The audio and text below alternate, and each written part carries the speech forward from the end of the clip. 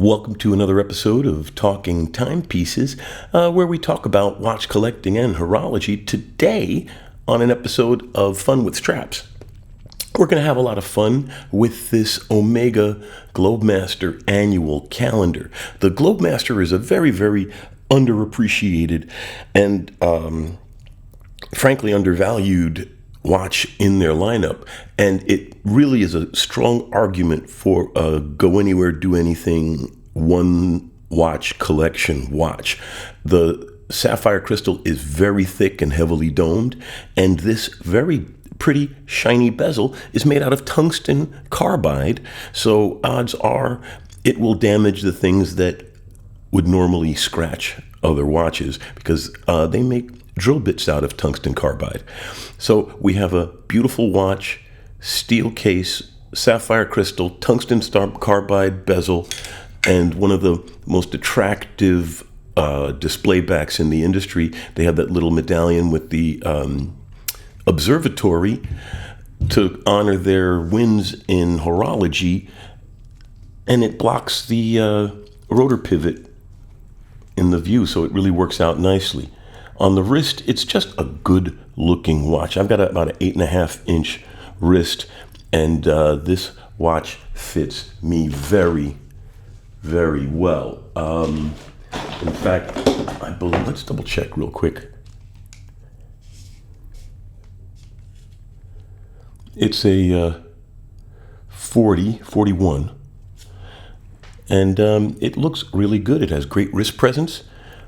The case has a beautiful champering and brushing and polishing, and as I said, that really shiny tungsten carbide bezel stands out. But let's say you want to wear this a little bit more formal situation. Let's put it on a darker leather. Here it is on a deep navy strap. It really does dress the watch up very well. And I usually wear it like this when I go to trade shows and I'm in my suit. It really does look good on the watch, and dresses it up very well. Let's look at it on something a little sportier. Here it is on a little bit sportier leather strap with white stitching. The contrast brings out the face a little bit. Chunkier padded aspect of the strap with the stitching and the buff leather gives it a much more sporty and casual look. Let's look at it on a metal strap. Here it is on a Milanese. They don't make a metal bracelet for the annual calendar, and the regular automatic has a thinner case, so the bracelet does not properly fit the bracelet for that version. So I just went with a generic Milanese. The nice thing about a generic Milanese is, since it's a vintage pattern, a lot of companies use it, but nobody owns the identity to it. You'll find it on Breitling, you'll find it on Hamilton, you'll find it on a ton of different watches. Omega has their own Milanese. So putting a watch on a Milanese is a good way to throw a metal strap on a bracelet if there is no metal bracelet available, or if the factory bracelet is priced out of your reach. Let's look at it on some NATO straps. Here it is on a kind of a seatbelt texture NATO strap. The color suits this watch so well. The blue hands highlighting, bringing out the blue color. It really is a beautiful combination. I know there are a lot of people who do not like NATO straps, but in this case, I think it looks good on it. I really do. But then again, to each their own taste. And I think this is a strong argument for a casual watch on a NATO strap. Let's look at it on a different color NATO. Here it is on a black NATO. I think it looks good on the black NATO, but I do believe that a more color coordinated strap would be more suitable. Let's look at it on something that has some color in it. Here it is on a black NATO with a blue and gray stripe. I think it looks good on it. The bit of blue brings out the blued hands.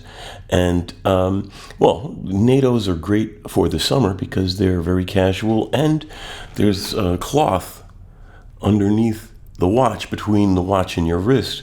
So NATOs are very comfortable. Let's look at it on something a little bit more colorful. Here it is on something a little more colorful. Whether you're French or American, it would work for you, or if you just like red, white, and blue. But a colorful strap works on this as well. The creamy face, it's not really a white face, it's more like a champagne foam.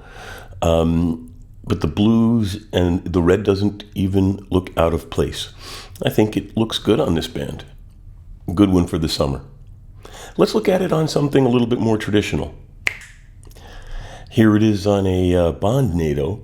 Actually, Bond wore black with red and green highlights in the gray striping, but pretty much everyone calls a black and gray striped NATO a Bond today.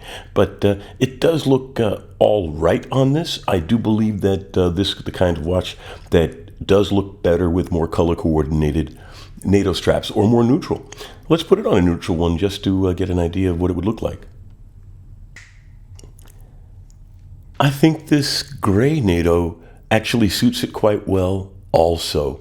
A nice neutral color like gray, well, gray is actually a neutral lack of color, I guess, works very well with this watch. It really does make it a more casual presentation as opposed to the more formal presentation in the leather. And just for the heck of it, let's put it on that tactical strap. Here it is on that tactical strap. Good for protecting the watch and keeping from your loom betraying your position in a combat situation. And if you have a fancy watch and you're in a bad neighborhood, you can always cover it up so nobody sees what you got. But it does look good on the tactical strap. I mean, it obviously doesn't look like it was made for the tactical strap, but it doesn't look bad on the tactical strap. But I wouldn't wear it on it myself, but I thought it was good to show you what it would look like on an over-the-top strap.